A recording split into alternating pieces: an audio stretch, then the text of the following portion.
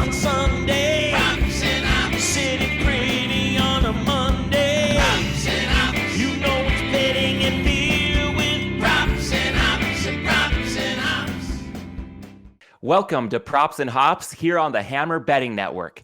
I'm your host, Matt Landis, joined by pro bettor Hitman, as well as our producer, Jacob. And Jacob, after Hitman went 3-0, a clean sweep last week, and I managed to go 0-2, I hope you knew which one of us to follow for your week one prop betting. You know, Matt, I don't want to be disrespectful in any way whatsoever, but I did tail all of Hitman's picks and was very happy to see some winners there. There we go. And hopefully you did not tail any of mine because I played Hitman's as well. And even with my 0-2, we came out in the black as a show. Hitman, all the credit goes to you for that. And now that we've got one game in the books, how do you adjust knowing that, yes, we've seen some real action, so that means something. And at the same time, the numbers for any one game could still contain quite a bit of noise. Yeah, the thing that I'm looking at is some of the lines that, like you just said, they've been adjusted, and I'm just trying to figure out, hey, is it warranted or not? Now, you see some lines this week. Darrell Henderson, his prop line was 30 rush yards for week one. Now it's in the high 50s. David Njoku, that was a guy I was high on last week. I actually played him over 31.5 receiving yards. He's at 20.5 now. So there's examples like that you're just trying to make a determination. Listen, was I wrong on this? Where the week one line's wrong? Is this guy's role not going to be what I anticipate? Or is the move warranted? So that's really the big thing that I'm trying to focus on in week two is I'm looking at the usage in week one and trying to make a determination on what big line moves from week one to week two are warranted and what is not. And when it comes to making sense of week one to inform the week two approach, let's get right to it with one of the marquee games, if not the marquee game in the early window on Sunday. Bucs at the Saints, a key NFC South matchup. Hitman, what are you looking for in this one from a props perspective? So I think that the Tom Brady unders are going to have a lot of value. And I played them at 277.5. I think that it has a lot of room that you could even go down to 270.5 or so on his unders for this game. Well, look, you have Godwin's out. Russell Gage, maybe not 100%. Julio Jones, maybe not 100%. Mike Evans, maybe not 100%. Leonard Fournette, maybe not 100%. I literally just named every single Bucs pass catcher that they're either going to play, they're either going to be limited, or they're not going to play at all. Go to the offensive line.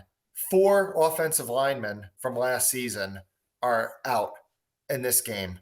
Donovan Smith being the most recent one. Obviously, the Bucs still don't have much of a pass-catching tight end without Gronk, where they're starting camp right now. So I think that all the stars align for potential unders in this, where Brady's kind of getting valued at what he was last season. And people just got to realize it's last season. And let's add this on top of it.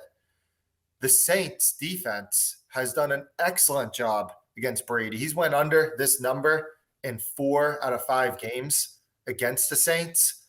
So I think that all the stars are aligning. And let me just add one more thing to it, is that Bowles has been adamant that he wants to run the ball more this year. And the Bucs were towards the bottom of the league in pass rate over expectation last week.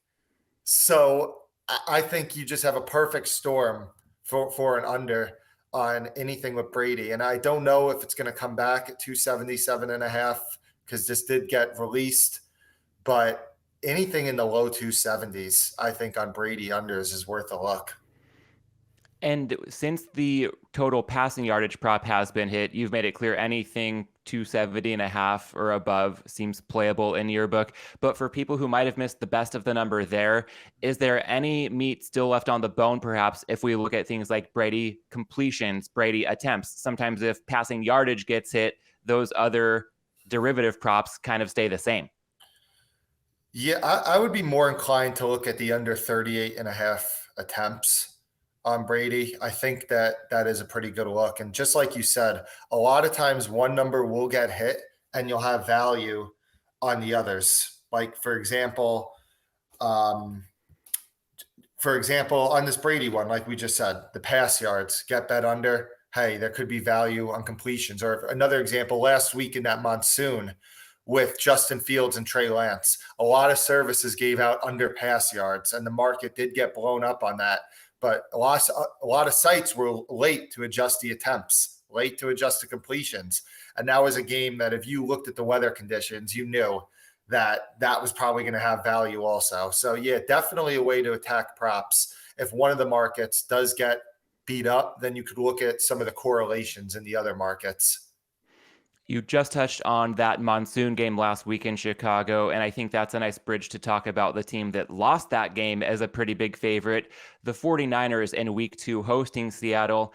And coming out of those crazy conditions at Soldier Field, Hitman, do you feel like if we can take the result with a grain of salt and say the Niners offense probably better than it looked last Sunday, the defense maybe not as good as it looked, is there anything looking at either offense in this game, the Niners or the Seahawks, where you could potentially see any prop betting value because of the misleading box scores from San Francisco's week 1 game? Normally I would think that, but the thing is right now, the game that is looking to maybe have the worst weather of the entire weekend is once again in San Francisco. And some of the best bets that you're going to make in NFL prop betting is going to be on these weather related plays. And the best example I could think of just from this season is obviously that game last week. But last season, the best example I could think of is that wind game in Buffalo, New England, where you could just blindly bet every player under and you're going to win. So normally I would say maybe there's value in some San Francisco overs based off of what happened last week. But I'm actually looking towards a lot of the unders this week because of the potential rain. And the guy that I've targeted the most on the unders has been Geno Smith for this week. Got it. When it comes to Smith, anything particular, passing yards, attempts, completions, is there anything that seems worth playing or at least looking for a certain number over the course of these next couple of days to possibly lock in prior to kickoff? Another one, that Geno Smith pass yards at open 220.5, which is way too high. It's been bet down all the way to 208.5, I think, in some spots right now, but you haven't seen a big move on the completions. And under completions, under 20.5 completions is worth a look for me as well. Got it. Jacob, I'm pulling up my BetStamp odds screen right now, but you might be a step ahead of me. Are you seeing that 20.5 widely available for Geno completions? Yeah, I am seeing some good numbers all over the board here for Geno. If you go to the pass yards, I am seeing a little bit. I'm just kind of on the screen right now. Let's pull it up for everybody as well. Hitman was saying 208. You can even still find this at 214. I think there's a 215 maybe in here. 214.5, you can go under, and it's not even very juiced. So going off of what we've been saying here, there could be some good value. You can still get that if you shop around there. Awesome. And yeah, I'm also and last week with Geno Smith, he came out throwing in that Denver game, and it surprised a lot of people. But we know that the Seahawks fundamentally, they want to be a run-first, slow-paced offense. And if you're going to be playing in these conditions against a quarterback in Trey Lance, that maybe he's not going to put a lot of pressure on you to actually throw the ball much, then I think that Geno, that, like I said, Seattle, that's how they want to play. They want to be run first. They want to be defense first. And in potentially bad weather conditions, that's the best possible spot to play that type of style. I also do have a question for, because in the sense for Geno, do you think that, he surprised a lot of us in the first half of that game on Monday. Do you think that's playing it all into sort of inflating his numbers for this one? Yeah, I think that it does. But remember, this is a game. He completed 82% of his passes in that game, which is not sustainable at all. And I thought he looked solid also, but he's gonna need to be very efficient, in my opinion, to be able to reach a lot of these numbers. And it's tough to bank on that type of efficiency from Geno Smith, to be honest. You talked, Hitman, Fair about enough. Seattle being run heavy for years. That was the bane of a lot of bettors' existence, wanting to see Russ cook. And Denver this week taking on the Texans in their home opener. And I know that earlier you went ahead and mentioned liking this game to go over the total of 45.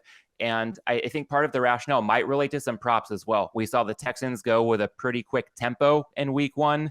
The Denver offense misleading 16-point scoreboard output in Seattle, and they'll be going up a Texans defense coming off a full overtime, now playing at elevation early in the season. That tends to wear teams out in Denver. So from a prop betting standpoint with Texans Broncos, does anything offer any appeal to you at this stage? Funny, because normally if there's a game that I do like over, I will attack some of the props over. And I also gave out, and I like the Vikings Eagles game over. And there's no props widely available on that, but I have a good feeling that I'm going to be interested in some of the overs in that game. But with this game, I think that Cortland Sutton, if I had to pick somebody, would be the best look towards an over, although I still have personally not bet it. Somewhere in the mid 50s. You heard all the offseason reports about that was the guy that Russ was looking at in the training camp. And you can he's kind of similar to a DK Metcalf, not as fast as DK Metcalf, but a similar body build to him. So I think that if you were going to look at some overs, you would look at Cortland Sutton, but not much I've done. Honestly, the only play that I've really bet in this game was actually a under, and it was Melvin Gordon under rush yards somewhere in the mid 50s right now. And that was just really about, for a guy that is sharing time, maybe he's getting 40% of the workload.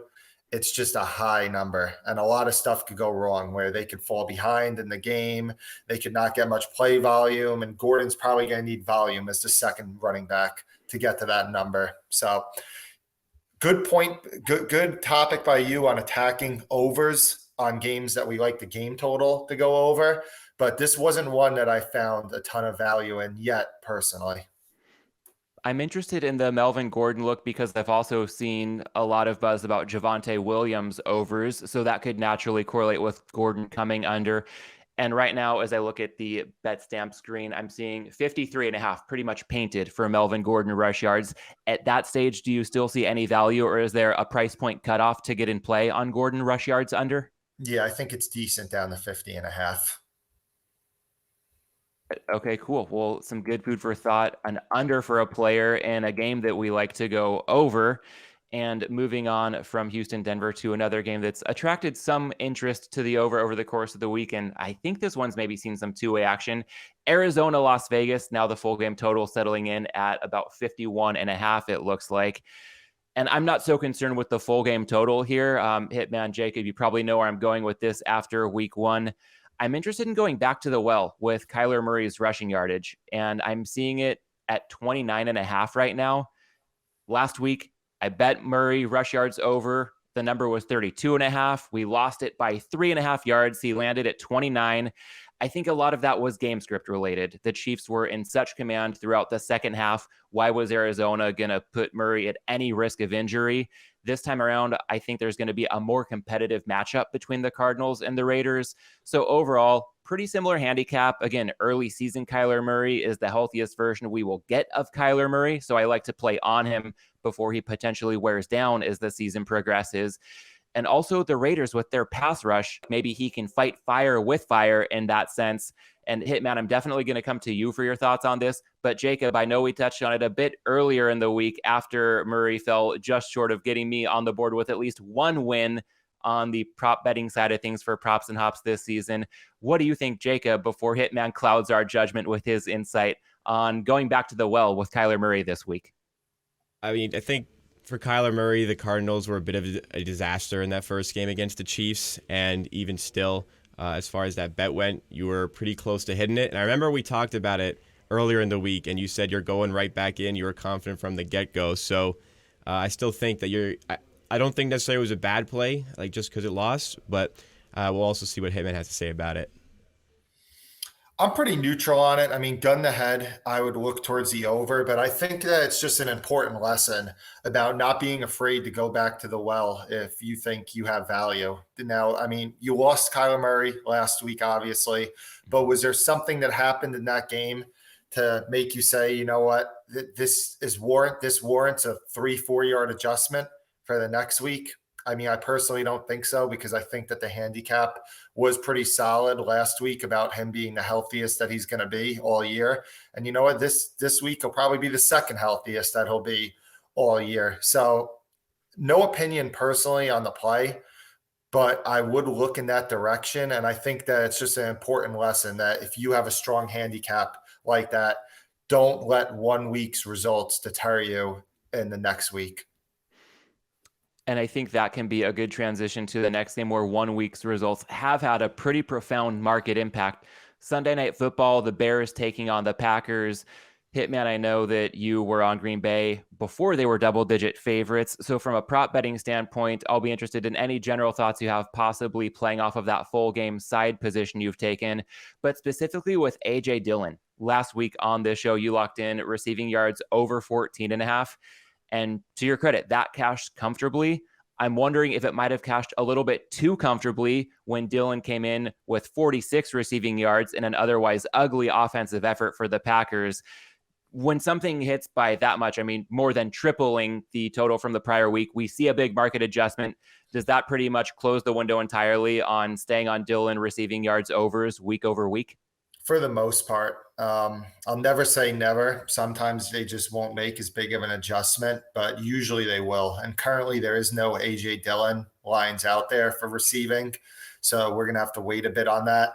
But I'll be honest, I don't think that I'm going to be looking to play Dillon overs. And the big reason for that is that Aaron Jones is the Packers running back that I was looking to target this week. Now, I don't think there's anything playable on Jones right now. I gave out a release on his total yards over. Adam Chernoff also gave a release on his rush yards over. So basically, his entire market has blown up from the mid-80s total yards. I think it's in the low to mid-90s right now. But the handicap to that one was that Matt LaFleur and Aaron Rodgers were both adamant that we need to get Aaron Jones more touches than the 8 touches that he had last week.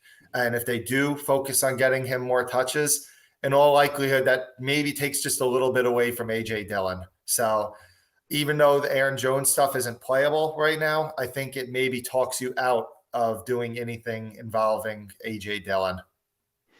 If we look at the other side of the ball, we can circle back on a talking point from that Niners-Seahawks game. The Bears also involved in some really sloppy conditions last week. So again, nothing bettable at the moment, it sounds like, for the Packers offense. We can say that the Bears defense, probably not as good as last week's 10-point scoreboard output for the Niners would indicate. Offensively for Chicago, is there anywhere you're looking to cut them a little bit of slack because of those conditions and possibly get in play against the Packers? Or is it still a Justin Fields-led offense with so little around him that it's tough to identify any value? Yeah, it's funny because the Bears and Packers game has possibly bad weather this week also. So just a rule of thumb, if there's even a possibility of bad weather, you either want to play the under or pass until it becomes more clear what's going to happen. Because let's say I did play Bears unders right now, and let's say I liked Justin Fields under theoretically right now. I'm going to play under right now because if there's bad weather, that's going to be amazing for me. And if the weather's good, well, I liked it anyway. But if I like the over, I'm going to wait to get that weather report. So I don't have any plays right now on that Chicago game, but I would go under or pass on the Chicago guys until you get a clear weather report on that game. One more game to run by you. You touched on it earlier. Nothing available yet because it's going to be the second game on the Monday Night Football doubleheader, the Vikings at the Eagles. But I think there's some interesting food for thought for bettors as we wait for props to become more widely available for that one. Knowing that you've also gone on record liking this one over 50.5, some increased passing rates, especially for the Vikings offense. And even the Eagles, they were super run heavy last year, and that's probably not going to be their MO to the same extent in 2022. from a prop betting standpoint, without anything being available yet, are there any numbers or players that you're anticipating at this stage of the week? Yeah, look towards some of the pass game overs, and it could be on both teams. The Vikings really are struggling in the secondary. Patrick Peterson did not look good last week. He should have given up a 70-yard touchdown to Christian Watson if he didn't have it drop through his hands. And the Eagles, I think, were 12th in pass rate over expectation a year after they were 32nd to close the season. So I think that the Eagles, you might see that the market doesn't fully adjust to how much they're throwing. And same with the Vikings. They came out throwing. Kirk Cousins had over 20 pass attempts in the first half. And if Philly's offense does put pressure on them, you might see a pretty pass-heavy game from the Vikings. So have an idea of what you're looking for before these prop lines open up, because let me tell you, a lot of these openers are getting beat up, and it's getting harder and harder to do shows later in the week because there's some services that DraftKings only will put out prop lines and they will release it to hundreds of clients, and that will just completely destroy the market. So you got to be quick on a lot of these prop lines nowadays. One more angle I want to run by you for the Monday Nighter is people prepared to get quick if they do see anything they like for those passing games. The Kirk Cousins being off his routine talking point, making its rounds across the sports media verse this week. And personally, I tend to put very little stock into narratives like that. However, I understand that there's a non-zero chance that Cousins being so regimented might not perform as well, a different day, a different time slot than he's used to. So if you're looking at Vikings offensive props, or perhaps looking at the Vikings as a teaser leg because they're in that range where you can take them up through 3-7, do you put any stock into that Kirk Cousins narrative when you put together your final approach for how to bet this Monday Nighter in Philadelphia? Not really.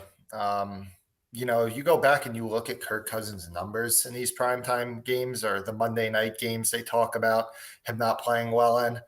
They're not even that bad. I mean, maybe they're a little bit worse than what his career averages are. But I mean, some of that also has to do with the fact that these primetime games, typically you get a marquee matchup more times than not. And in a marquee matchup, you're typically playing against a better defense.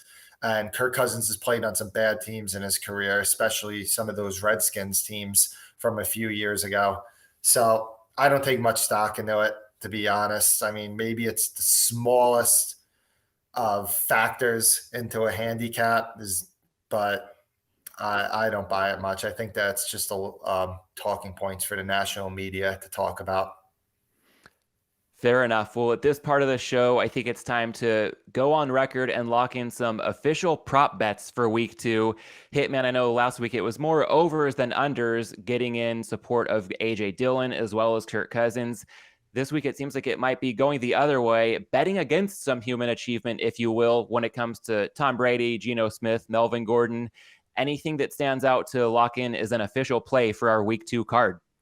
We'll go with 2 plays. Let's go with one we didn't talk about. Cordarrelle Patterson, under 49.5 rush yards, widely available. I'm looking at it right now. This did get bet. It opened in the mid-50s. It got bet under, but I think that it was just a bad opener, to be honest. With Cordarrelle Patterson, we don't know. I mean, is he going to be the lead back? Yeah, but he wasn't going to be the lead back last week until Damian Williams got hurt. So Atlanta kind of had to play him in that role. And there's a lot of ways to win this under. We could have game script go our way. We could have an injury. We could have the Falcons not play Patterson as much and use him more as the pass game back. We could have inefficiency. There's just a lot of ways to possibly win this one. So I think that Patterson under 49.5 is a good look. And I'm looking through my list right now, trying to see something widely available. Let's go with the second, Geno Smith. We talked about his pass yards under. Let's go with the completions over, under 20.5. Geno Smith isn't completing 82% of his passes again. And it's going to be, in my opinion, a low volume passing attack, potentially some bad weather, which could really make this number go a lot lower than 20.5 at the close. So let's go with Geno Smith under 20.5 completions, widely available as our second prop. Sounds good. We will lock that in. And as we touched on previously, I'm going to go back to the well with Kyler Murray, taking him over 29.5 rushing yards. I know that on BetStamp, for the sake of simplicity, we're tracking our plays all as like a standard 1 unit, $100 play, if that's somebody's average unit size. With Murray, I'm probably going to make this more of an 0.8 of a unit play, reducing the stake just a bit in case he comes up short once again. Generally with props, I feel like there can be more value on unders, but just given the nature of the handicap I outlined, going to give Murray one more shot to get into the 30s with his rushing yardage output. I'm also going to go back to the well on a teaser this week. I feel a lot better about it than the Cowboys leg that we discussed at this stage of last week's show. This week, I think 2 really solid legs, even more than 2 solid legs on the board right now. But the 2 that I like the most, Washington taking them up to plus 7.5 at Detroit, and pairing the Commanders with the Panthers plus 8 at the Giants. I'm not sure that the wrong team isn't favored in both of those games. So come kickoff, it could feel like we're getting more than the 6 points that we're paying for in both of these teasers, pairing Washington with Carolina. Hitman, any thoughts on this week's teaser or any other teaser legs on the board that I haven't addressed yet? Full endorsement from me. And I make both those games pick 'em. So think about it. If it line's +2 and you're getting pick 'em, it's a small edge, but it's not through a key number or anything. But think about how huge that is, that you can now tease a team up to +8 when your true value on the teaser is to +6. That's an absolutely ginormous edge if you happen to power rate those games the way I power rate them. So I fully endorse that teaser. Love it. There we go. Well, let's try to break into the win column, at least with a teaser this weekend. We'll see if Kyler Murray can abide as well. At this stage, I'll go ahead and wrap us up. If you've enjoyed Hitman's insight here, you can catch him elsewhere on the Hammer Betting Network, breaking down his thoughts on sides and totals for every game on the board on Edge Rush. That show comes out every Thursday throughout the season, featuring Hitman alongside NFL handicapper Cleve TA and host Chris Abbott. Last but not least, you can also follow the Hammer Betting Network on Twitter at the Hammer HQ and check out all our content over at thehammer.bet. Hitman and Jacob, thanks for another fun Week 2 show. And to the audience, thanks for tuning in. Jacob and I will see you right back here on Wednesday. Same YouTube channel, same podcast feed if you're catching us in podcast form, with Between the Lines, a look at Week 3 line movement with pro bettor Fabian Summer. But until then, let's have a good time with Week 2 in the NFL. Best of luck, everybody, with your bets this weekend. Props and odds and props.